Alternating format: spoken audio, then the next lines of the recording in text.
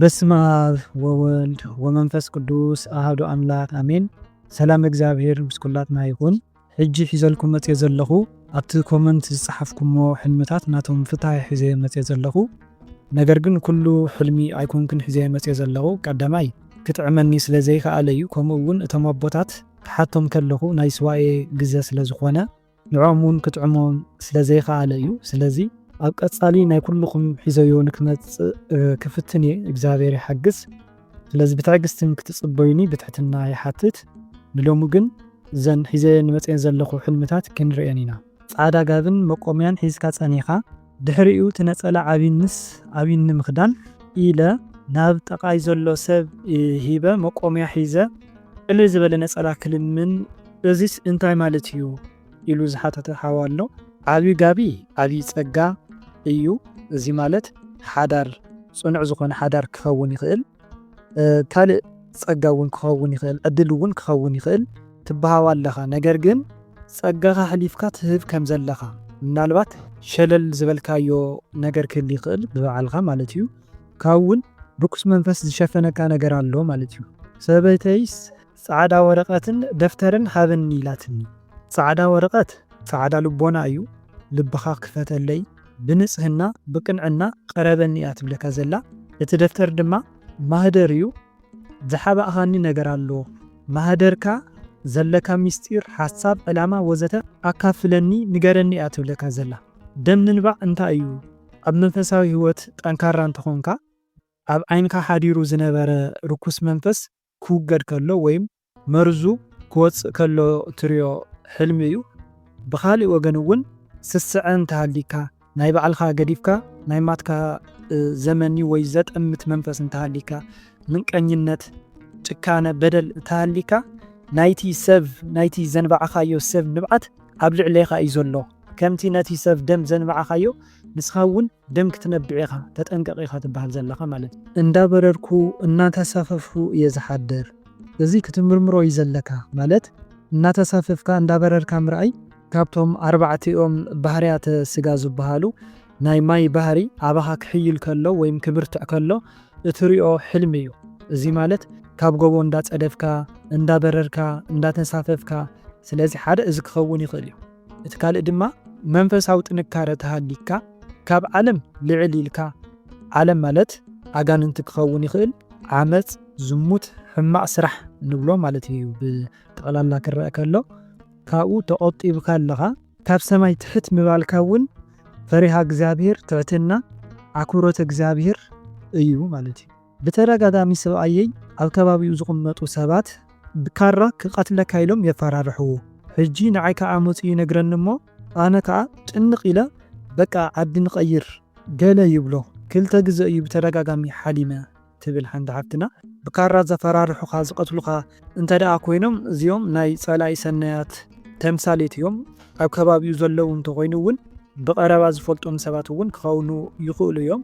ስለዚ ካብኦም ለዮ ኢኽ ትበሃል ዘለኺ ማለት እዩ። ስመ ክርስትንኡ ወይ ከዓ ዘይትፈልጡ እዮ እንድሕር ደኣ ኮንኪ እቲ ዓለማዊ ሽሙ ኣብ ኢድኪ ጽሒፍኪ ስግደት ጸሎት ክትገብሩሉ እዩ ዘለኪ ማለት እዩ። ነብሪ ምሕላፍ ኣብኒ እንታይ እዩ እዚ? ነብሪ እንድሕር ደኣ እንዳጓየካ እንዳፈራርሐካ እንድሕር ደኣ ኮይኑ እዚ ናይ ጸላኢ ሰናያት ተምሳሌት እዩ። እንድሕር ደኣ ዘይነኽሰካ እንተኾይኑ ናይ ገብረ መንፈስ ቅዱስ ኣገልገልቲ ወይም ተምሳሌት እዮም። መብዛሕትኡ ግዜ ኣንበሳ ነብሪ ሱቕ ኢሉ ዘይነኽሰካ ዘየጓየካ ኮይኑ ብቻ ምሕላፍ ዝኽእለካ ጥራይ እንተኮይኑ ንገብረ መንፈስ ቅዱስ ዝኣተኻሎም ቃል መጽባዓ ምናልባት ዝክር ክኸውን ይኽእል። እቲ ዝክር እውን ዝተረስዐ ዝክር ክኸውን ይኽእል። ንኣብነት ወለድኻ ይዝክርዎም ጸኒሖም እሞ ብዝተፈላለየ ምኽንያት እቲ ዝክር ኣቋሪፅካዮ ክትኸውን ትኽእል፣ ከይፈለጥካ ገዲፍካዮ ትኸውን ትኽእል። ስለዚ ዘክረን እዮም ዝብሉኻ ዘለዉ።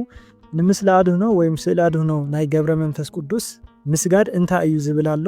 ናብ ናይ ቅዱስ ኣቦና ገብረ መንፈስ ቅዱስ ስእሊ ኣድህኖ ምስጋድ ሓበሬታ ኢኻ ትበሃው ዘለኻ ወይም ባዕሎም እዮም ናይ ጸጋ ስግደት ስገደለይ ዝብሉኻ ዘለዉ። ስለዚ ብቀጥታ ክትገብሮ እዩ ዘለካ ማለት እዩ። ብዕራይ ንብዕራይ ክበልዖ ርእዮ። ብዕራይ ብክልተ እዩ ዝምሰል፣ ሓደ ርኩስ መንፈስ እዩ፣ ካልእ እውን መላእክቲ እውን ክኾኑ ይኽእሉ እዮም። ብምንታይ ዳ እዩ ዝፍለ? ብትርኢቶምን ተምሳሌቶምን እዩ። ንኣብነት ቀራናት ጸለምቲ እንዳረበሹ እንዳባረሩኻ ተሪኢኻ እንዳወጉእኻ እውን ክኸውን ይኽእል እዩ። እዚኦም ሰይጣናት እዮም። ቀያሕቲ ምልኩዓት ስርዓት ሒዞም ቀጥ ኢሎም ዝኸዱ እንተሪኢኻ ሓደ ሰብ ዝጓስዮም ወይም እንዳመርሖም ወይም እንዳጓሰዮም ተሪኢኻ እቲ ሰብ ብመድኃኔ ዓለም ይምሰል፣ እቶም ኣብዑር ድማ ከም መላእክቲ እዮም ማለት እዩ። ብኻሊእ እውን ኣብዑር ከቢቦምካ ንስኻ ኣብ ማእኸሎም ደው ኢልካ ወይም ኮፍ ኢልካ እንተሪኢኻ እውን መላእክቲ ይሕልውካ ኣለዉ ወይም ኣብ ዙርያኻ ኣለዉ ማለት እዩ። ስለዚ ናብቲ ሕልሚ ክንምለስ ከለና ሓደ መንፈስ ቅዱስ ወይም ኣባኻ ዘሎ ሓይለ እግዚአብሔር ንርኩስ መንፈስ ክስዕረከ ኣሎ ክኸውን ይኽእል እዩ። ወይም ነቲ ዘጸግመካ ርኩስ መንፈስ ጸላኢ ሰናያት ሰይጣን ንዕኡ የወግደልካ ኣሎ ማለት እዩ። ካልእ ሰይጣን ምስ ሰይጣን ክባልዑ ከለው እዩ። እዚ ማለት ሓደ ናይ ቡዳ መንፈስ ዘለዎ ሰብ ምስ ካልእ ቡዳ ዘለዎ መንፈስ ክነሓንሑ ከለው ክባኣሱ ከለው እውን ክኸውን ይኽእል እዩ። ሓደ ደፍተራ ምስ ካልእ ደፍተራ እውን ክኸውን ይኽእል እዩ። መሕደራ ጋንን ዝኾኑ ውርያት ሰባት ንኣብነት በዓል መዚ ወይም በዓል ስልጣናት እንብሎም እርሰ በርሶም ክቃለሱ ክባኣሱ ክጻልኡ ከለው ማለት እዩ። ኣብ ቤተ ክርስቲያን መዓት ሓሳኹት ዘሊለ ንሓለፍክዎም ይሓድር። ሓሳኹ ናይ ጸላኢ ሰናያት ተምሳሌት እዮም። መብዛሕትኡ ግዜ ብጸላኢ ሰናያት እዮም ዝምሰሉ። ስለዚ ብሓይሊ መንፈስ ቅዱስ ናብ ቤተ ክርስቲያን ከይትኸይድ ዝዕንቁፍኻ ዝነበሩ ከምኡ እውን ኣብ ቤተ ክርስቲያን ጸኒሖም መሰናኽል ዝኾኑኻ ዝነበሩ ሰባት ክኸውን ይኽእሉ። ስዒርካዮም ረጊጽካዮም ኣለኻ፣ ሓሊፍካዮም ከይርካ ኣለኻ ማለት እዩ። ንሰብ እንዳዋቃዕኹ ሓዲረ ወይም በዓልኻ ንሰብ ምውቃዕ እንታይ እዩ? እዚ እውን ብክልተ ነገር ኢና ክንሪኦ ንኽእል። እንተደኣ ብፍቕሪ ትዋቃዕ እንድሕር ኮንካ ወይ ከዓ ከም ቀልዲ ነገር እንተኾይኑ እዚ ፍቕሪ እዩ። ካልእ እውን ኣብ ሰባት ሓዲሩ ዝመፀ መንፈስ ምውቃዕ ወይም ምስዓር እዩ ማለት እዩ። መውጋእቲ ካራን ብገበል ምውሓጥንከ እንታይ እዩ? ኣብ መንጎ ኣጋንንቲ ኣለኻ ወይም ኣብ መንጎ ክልተ ኣጋንንቲ ተቐርቂርካ ኣለኻ፣ ኣብ ሕማቕ ብርኪ ወይም ኣብ ሕማቕ ስራሕ ኣለኻ፣ ካብኡ ውፃእ ክኸውን ይኽእል እዩ። ብኻልእ ድማ ጽቡቕ እንዳሰራሕኻ ነርካ ግን ንእሽተይ ምውጋድ ዝኣበየካ ባህሪ ወይም ጸባይ ክለካ ይኽእል እዩ። ስለዚ እቶም ኣጋንንት እዛ ንእሽተይ ክፍተት እዚኦም ይረኽቡ ኣለዉ። ስለዚ ጠንክር በርትዕ እውን ክኸውን ይኽእል እዩ ማለት እዩ። ወኽሊ ቤት ወይም እስሪ ቤት ቤት ህንፀት እንብሎ ማለት እዩ ኣብ ሓጢኣት ምውዳቕ ብሓጢኣት ምእሳር ክኸውን ይኽእል። ካልእ ድማ ብኣጋንንቲ ምእሳር እዩ። እዚ ማለት ዝተፈላለዩ መናፍስቲ ንኣብነት ከም ዓይንሰጥ መተት በቶም መናፍስቲ እዚኦም ዕድልካ ምዕፃው፣ ሓዳርካ ምዕፃው፣ ስራሕካ ዕድልካ ወዘተ ማለት እዩ። ብዙሕ ግዜ ጫማይ ኣብ ማእኸሉ ይቁረፅ መሊሰ ካልእ ይገብር ንሱ እውን ይቁረፅ ታይ ባዚ ፍትሑለይ። ጫማ መብዛሕትኡ ግዜ ብሓዳር እዩ ዝምሰል፣ ብወንጌል እውን ይምሰል እዩ ግን መብዛሕትኡ ግዜ ብሓዳር እዩ ዝምሰል። ስለዚ ሰብ ትላለዩ ወይ ትፋለጥ እሞ ኣብ ፕሮሰስ ናሃለኹም ወይም ኣብ ናይ ሪሌሽንሽፕ ናሃለኹም ኣብ ማእኸል ምስ በፅሐ ምቁራፅ ወይም ምዝዛም እዩ። እዚ ድማ ናይ ዝሙት መንፈስ ክልክ ይኽእል። ንኣብነት ነቲ ሓደ ትጥምት እሞ ንዕኡ መኒኺ ከዓ ንኻሊእ ሰብ ትጥምት እዩ። ስለዚ ናትክ ዝኾነ ሰብ እግዚኣብሔር ዝሃበክ ሰብ ኣብ ማእኸል ይቋረፅሎ ማለት እዩ። ገዲፍክዮ ትኸዳ ኣለኺ ማለት እዩ። ብፍላይ ዓይኒ ሰብ እንተሃሊኪ ሓዳር ከይትገብሪ ኣነ ተመሪዐ እየ ናተይ ሰበይተ እያ ኢሉ ስለ ዝሓስብ እቲ መንፈስ ማለት እዩ ሓዳርኺ ይኽልክለል ክሎ ወይ ድማ የባላሽወል ክሎ ማለት እዩ። ሓዳር ንከይትገብሪ ገዛ ምግዛእ እንታይ እዩ? ትምኒት እውን ክኸውን ይኽእል እዩ። ባይዘወይ ቀትሪ ዝሓሰብካዮ ወይ ዝሓሰብክዮ ክኸውን ይኽእል እዩ። ናብራ ሓዳር ምምስራት እዩ ገዛ ምግዛእ። ከምቲ ኣብ ወንጌል ማቴዎስ 6:19 ዝብሎ መዝገብኹም ወይም ገዛኹም ኣብ ሰማይ ይኹን ከም ዝብሎ ማለት እዩ። ኣብ ሰማይ ስፍራ ምስራሕ ማለት እዩ። ብወርቂ ዝተሸለመ ጥርሙዝ ኣረቂ እንትበሃወካ እቲ ጥርሙዝ ጽሩይ እዩ። ኣረቂ ብርለ ማለት ጽሩይ ዝኾነ ነገር ማለት እዩ። ስለዚ ብወርቂ ዝተሸለመ ማለት እውን ብጸጋ እግዚአብሔር ዝኸበረ ጽሩይ ዝኾነ ንጹህ ዝኾነ ብጸጋ እግዚአብሔር ዝኸበረ ነገር ወይም ህያብ ትበሃዊ ኣለኺ ማለት እዩ። እዚ ብብዙሕ ነገር ክኸውን ይኽእል እዩ። ንኣብነት ሓዳር ተዘይብልክ ተኾይኑ ዝተባረኽ ሓዳር ዝተፈላለዩ ካልኦት ጸጋታት ጸጋ እግዚአብሔር ንብሎም ክኸውን ይኽእል እዩ። ብሓፈሻ ግን ህያብ ማለት እዩ። ናይ ቅዱስ ገብርኤል ጸበል ምጥሳም እንታይ እዩ? ኣብ ቅዱስ ገብርኤል እመኒ፣ ጽንዒ፣ ተወከሊ ከምኡ እውን ናይ ቅዱስ ገብርኤል እምነት ተለኸይ ጸበሉ ተጠመቂ ማለት እዩ። ዕንፀይቲ ምራይ እንጀራ ምርካብ እዩ። ወርቂ መስቀል ምርካብ እንታይ እዩ? ወርቂ መስቀል ቁሙጥ ዝኾነ መጻኢ ዘመን ሃይማኖት እዩ። ካልእ እውን መስቀል ምስላም ዝተፈላለዩ ኣሕዋት ትጥይቁ ኣለኹም። ናይ ባዞ ወንጌል መስቀል ወይም ናይ መስቀል ምስላም እንታይ እዩ? መስቀል ምስላም በረከት እዩ። ኣብቲ ዕለት ዝወዓሉ ቅዱስ ባሪኾም ካለው ማለት እዩ። ናይ ባዞ ወንጌል ተኮይኑ ኣብ ባዞ ወንጌል ባሪኾምኪ ወይም ባሪኾም ካለው ማለት እዩ። ጳጳስ እንተኮይኑ እውን መድኃኔ ዓለም ይባርከካ ኣሎ ማለት እዩ። ማዕጾ እንዳሰራሕኹ እዚ እውን ናይ ስራሕኻ ዋጋ ምርካብ ክኸውን ይኽእል እዩ። ኣብ ሓዳር እንተደኣ ሃሊኻ ጽንዓት እዩ። ካልእ ድማ ካልኣይ ምፍጣር ሓጋዝ ምርካብ ሓዳር ምግባር ማለት እዩ። ኣብ ቤተ ክርስቲያን ሰብ ማይ ከፍስሰልካን ከስትየካን ከሎ እንታይ ማለት እዩ? ማይ ምፍሳስ ንስሓ እዩ፣ ካብ ሓጢኣትካ ምድምሳስ ማለት እዩ። ማይ ምስታይ እውን ቃል እግዚአብሔር ምምጋብ ምኽሪ ተግሳጽ ማለት እዩ። ቆልዓ ሓዚለ እቲ ቆልዓ እውን ደቂሱ እዩ። ቆልዓ ምሕዛል ብክልተ መንገዲ እዩ ክፍታሕ ዝኽእል። እቲ ቆልዓ ፈኺስካ ተኮይኑ መንፈስ ቅዱስ ፍኹስ ኢልካ ሓዚልካዮ እንተኮይንካ ማለት እዩ። እንተደኣ ተጻዒንካ እንተኮይኑ ጸላኢ ሰናይ እዩ። ደቂሱ ዝበልካዮ እውን ጥዕምዎ ቦታ ስፊሑ ሓዲሩ ወይም ቦታ ስፊሑ ሒዙ ኣሎ ማለት እዩ። መንፈስ ቅዱስ ተኮይኑ እውን ከምኡ፣ እቲ ርኩስ መንፈስ ተኮይኑ እውን ከምኡ። ወዲ ምውላድ እንታይ እዩ? ምውላድ ብሓፈሻ ካብ ሕማም ጭንቀት ምግልጋል እዩ ወይም እፎይታ ምርካብ ማለት እዩ። ካብ መከራ ካብ ዝተፈላለዩ ኣድላይ ዘይኮኑ ጭንቀታት ናይ እግዚአብሔር ሰብ ከም ዲያቆን፣ ቀሺ፣ መነኮስ ዝኸውን ሰብ ምውላድ ክኸውን ይኽእል እዩ። ንጉስ ምውላድ እውን ይበሃል። ኣደዋይ እናተረኣየትኒ ግን ብህይወት የላን፣ ግን ኩሉ ግዜ እያ ትመጻኒ።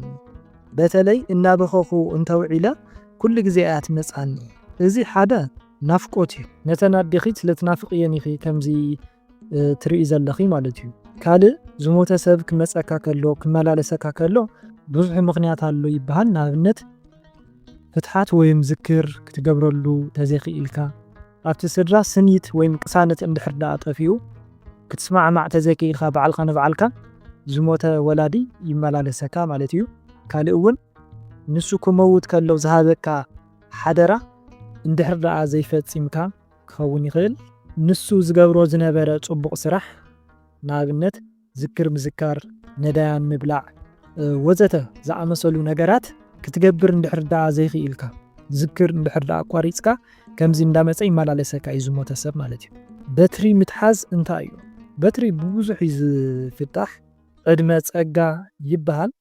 ቀጢን በትሪ እንድሕር ዳኣ ኮይኑ ወንጌለ ማቴዎስ ምዕራፍ 7:13 ዘሎ በታ ጸባብ መንገዲ ወይም ኣፍ ደገ እተው ዝብሎ ሃይማኖትካ ኣስጢምካ ሓዝ፣ በታ ቀጣን መንገዲ ተጓዓስ፣ ኪድ መንገዲ ሓቂ ከም በትሪ ኣሮን ማለት እዩ። መንገዲ ሓቂ ሓዝ ማለት እዩ። ካልእ ድማ ካዘራ በትሪ እንተኮይኑ ውላድ እዩ። ምድሪ ኩላ ብግመ ተሸፊና ነይራ፣ ሰማይ ከዓ ብደበና ተሸፊኑ ነይሩ። ሓንቲ ዘይፈልጣ ጓል ልክዕ ከም ናይ ተምሃሮ ቤት ትምህርቲ ሰንበት ዝኽደንኦ ክዳን ተኸዲና ነይራ። ድሓር ናባይ ቅርብ ኢላ ገለ ቦታ ንክሕብራ ተሓተኒ እሞ ኣነ ከዓ ፈራይ ንዕናይ ከርኤ ኪለ ማዕረ ማዕረ ነቲ ቦታ ከርያ ጉዕዘና ናብ ደው ገጽና ንኸይድ እሞ ብዙሕ ነዊሕ ከይተጓዓዝና ደው ኢልና ኢደይ ሓፍ ኣቢለ ብመመልከቲቶ ኢደ ገይረ ንሰማይ ገጸይ ምሰልዓልኩ እቲ ንሰማይ ሸፊንዎ ዝነበረ ደበና ብምሉኡ ተገሊዩ ሽዑ ምልእቲ ወርሒ ንርኢ እሞ ሽዑ ኣነ ነታ ጓል ዋው ረኣያ እዛ ወርሒ ክትጽብቕ ይብላ እሞ ድሕሪ 1 ደቂቕ ዝኸውን እዛ ወርሒ ቀጥቀጥ ክትብል ትጅምር። ሽዑ ኣነ እውይ ረእያ እታ ወርሒ ቀጥቀጥ ትብል ኣላ ይብላ እሞ ሽዑ ንሽዑ ካብቲ ዘላቶ ናብ ምድሪ ገጽ ክትወድቕ ትጅምር። ኣነ ረኣያ እዛ ወርሒ ትወድቕ ኣላ ኢለ ምስ እታ ምሳይ ዘላ ጓል ማዕረ ማዕረ ንደው ገጽና እንዳጎየና ክነሃድም ንጅምር። ኣነ ኣብ መንጎ ንላዕሊ ቁልሕ ኢለ ይረአያ እሞ ብፍጥነት ትጎይ እንዳገዘፈት ከዓ ትመጽእ። ንሕና ከዓ ከይትጭፍልቐና ኢልና ንደው ገጽና ንሃድም። እንዳጎየና ከለና ኣብ መንጎ ይጥምታ እሞ በቃ ተቐሊላ ወሪዳ ግዘፋ እዚ ክብሎ ዘይክእል እንድሕሬና ማለት ንሰሜን ገጽ ክትወድቕ ከላ ኣነ ኣበይ ከም እትዓልብ ክሪኣ ኢለ ንድሕሪት ጠመትኩ እሞ ኣብ ምድሪ ዓሊባ። ሽዑ ነታ ጓል ምጣር ናይታ ወርሒ ዝረገጾ ገለ ነገራት ተፈንጪሉ ከይሃርመና ንጌዳኣ በልክዋ። ከምቲ ዝበልክዋ ከዓ እታ ወርሒ ብናህሪ ወዲቓ ዝሃረመቶ ምድሪ ተፈናጪሉ ገሊኡ ብርእስና ገሊኡ ብእዝና ይሓልፍ ነይሩ።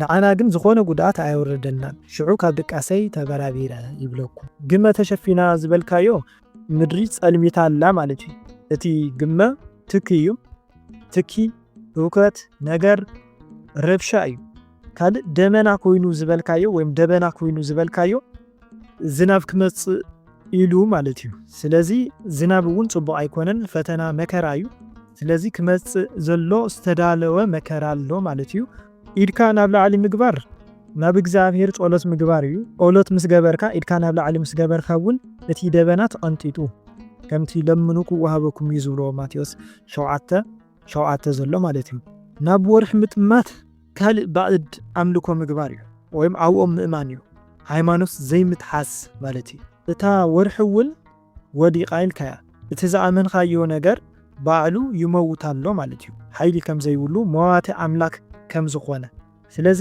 ዘይመውት ኣምላክ ኢና ክንሕዝ ዘለና ኣብኡ እውን ክንውከል እዩ ዘለና ዝብል ጭብጢ ወይ መልእኽቲ ዘለዎ ሕልሚ እዩ እሺ መስቀል ክውካ ከለው እንታይ እዩ ኣብዚ ሃለኻ ሃሊ ሃይማኖትካ ኣጽንዕ እምነት ሓደራ እዩ ማለት እዩ ምሸት እዩ ጸጉረይ ብሓደ ገጸይ ተሰሪሐ ብሓደ ገጸይ ከዓ ዘይተሰራሕኹ ርአ እዚ እንታይ እዩ ጸጉሪ ምስራሕ ንምሻጥ ምትኳስ እንድሕር ደኣ ኮይኑ ህይወትካ ኣተሓሳስባኻ እዩ ዝገልጽ ፍርቁ ገጹ ተሰሪሑ ፍርቁ ገጹ ከዓ ዘይተሰርሐ ምዃኑ ድማ ኣብ መንጎ ከም ዘለኽ እዩ ወይ ከዓ ዘይተረጋግዐ ብመንፈሳዊ ይኹን ብስጋዊ ዓይኒ ክንሪኦ ከለና ዘይተረጋግዐ ናብራ ኣለኪ ማለት እዩ ብጭራ ዝብኢ ምህራም እንታይ እዩ ጭራ ከምቲ ንፈልጦ ንሃመማ መባረሪ እንጥቀመሉ እዩ ካብኡ እውን ኣቦታት ናይ ሃይማኖት ኣቦታት ክኾኑ ይኽእሉ ብዕድመ ድፍእ ዘበሉ ጸጋ ዘለዎም ኣቦታት ንዕድመ ጸጋ ማለት እዩ ዝሕዝዎ እዩ ስለዚ ዝብኢ ምህራም ወይ ምብራር ጽቡቕ እዩ ናይ ቡዳ ናይ ሰላቢ መንፈስ ምብራር ማለት እዩ ኩሉ ግዜ ብሕልመይ ምስ ሰብኣየ ይባእስ ምስ ካልእ ሰብ ሓዳር ዝገብር ኮይኑ ይስማዓኒ ሓንሳብ ከዓ ምስ ጓል ደቂሱ ይረኽቦ ንሱ ከዓ ኩሉ ግዜ ዘይሕጉስ ኮይኑ ይራኣየኒ እዚ ናይ ሓዳር ጸላኢ መንፈስ ክኸውን ይኽእል እዩ ኣብ ኣእምሮኺ ኣተሓሳስባኺ እንዳሓደረ እወ ገይርዎ እዩ ውዒልዎ እዩ ምናምን እንዳበለ ኣብ ሓደርኪ ቅሳነት ከይህልየኪ እቲ ሓዳር መታን ክፈርስ ቀናእን ተጣራጣርን ዝገብር መንፈስ ኣለኪ ወይ ከዓ ሓዳርኩም መታን ክፈርስ ዝተገበረ ነገር ክህልውን ይኽእል እዩ ስለዚ ነቲ ዘጠራጥረክ መንፈስ እንድሕር ደኣ ኮይኑ ኣብ ሓዳረይ ክጸንዕ እየ ኢልኪ ተቃወምዮ እግዚአብሔር ነቲ መንፈስ ከወግደልኪ ድማ ጸሎት ግበሪ ኣነ ተመን ክነኽሰኒ መጽኡ ምስ ቀተልክዎ ካብቲ ደሙ ወይ ከዓ ፈርሱ ግን ተነጣጢሩ ጸይቁኒ እቲ ምቕታል ምስዓር ምዃኑ ተዛሪብኩም ኣለኹም እቲ ፈርሲ ሕማቕ ይመስለኒ እንታይ ይኸውን እቲ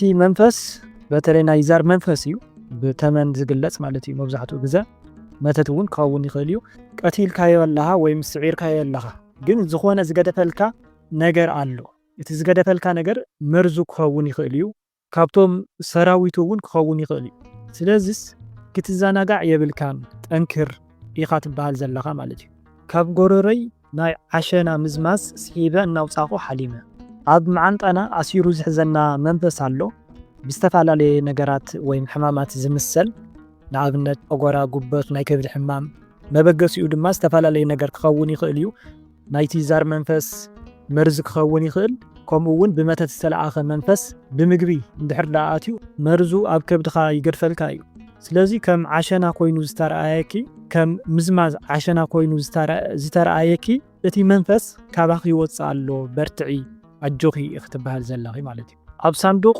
ዘቐመጥካዮ ክዳውንትኻ ኩሉ ይጠፍእ ሓንቲ ጻዕዳ ጥልፊ ግን ኣብኣ ትጸንሓካ እንታይ እዩ እዚ እቶም ዝጠፉ ብዙሓት ክዳውንቲ ዝበልክዮም ዓሌት ስድራ ቤተሰብ ኣዝማድ ማለት እዩ ሓንቲ ጥልፊ ዝበልክያ እውን ምናልባት ብደፈና ስለ ዝገበርክዮ እምበር ሓዳር ክኸውን ይኽእል ቃል ኪዳን ሃይማኖት ጸጋ ማለት ብዙሕ ነገር እዩ ሓዳር ኣሎ ናይ ትምህርቲ ጸጋ ዝተፈላለዩ ጸጋ ኣሎ ንሱ እውን ክኸውን ይኽእል ስለዚ ንኣብነት ሓዳር ተሃሊኪ ናይ ማንም ዘረባ ወይም ናይ ማንም ዓሌት ዘረባ ከይሰማዕኺ ኣብ ቃል ኪዳንክስ ጸኒዕኺ ከም ዘለኺ ብተደጋጋሚ ናብ ዝኾነ ቦታ ኣብ ዝንቀሳቐሰሉ ኩሉ ግዜ ኣድጊ ምሳይ ይኸይድ ወይ ከም ኣጋጣሚ ምሳይ ተዘይሃልዩ ኮነ የደለየ የምጽኦ እዚስ ብተደጋጋሚ እዩ ዝሕልሜ ከምቲ ሕልምኻ እንተደኣ ኮይኑ ኣድጊ ጸላኢ ሰና እዩ ብተደጋጋሚ ምዃኑ እውን ዝከታተለካ ምሳኻ ዝዓበየ ወይ እውን ብዘይፍላጥ ይኹን ብፍላጥ ኮነ ኢልካ ዝተዋረስካዮ መንፈስ እውን ክኸውን ይኽእል እዩ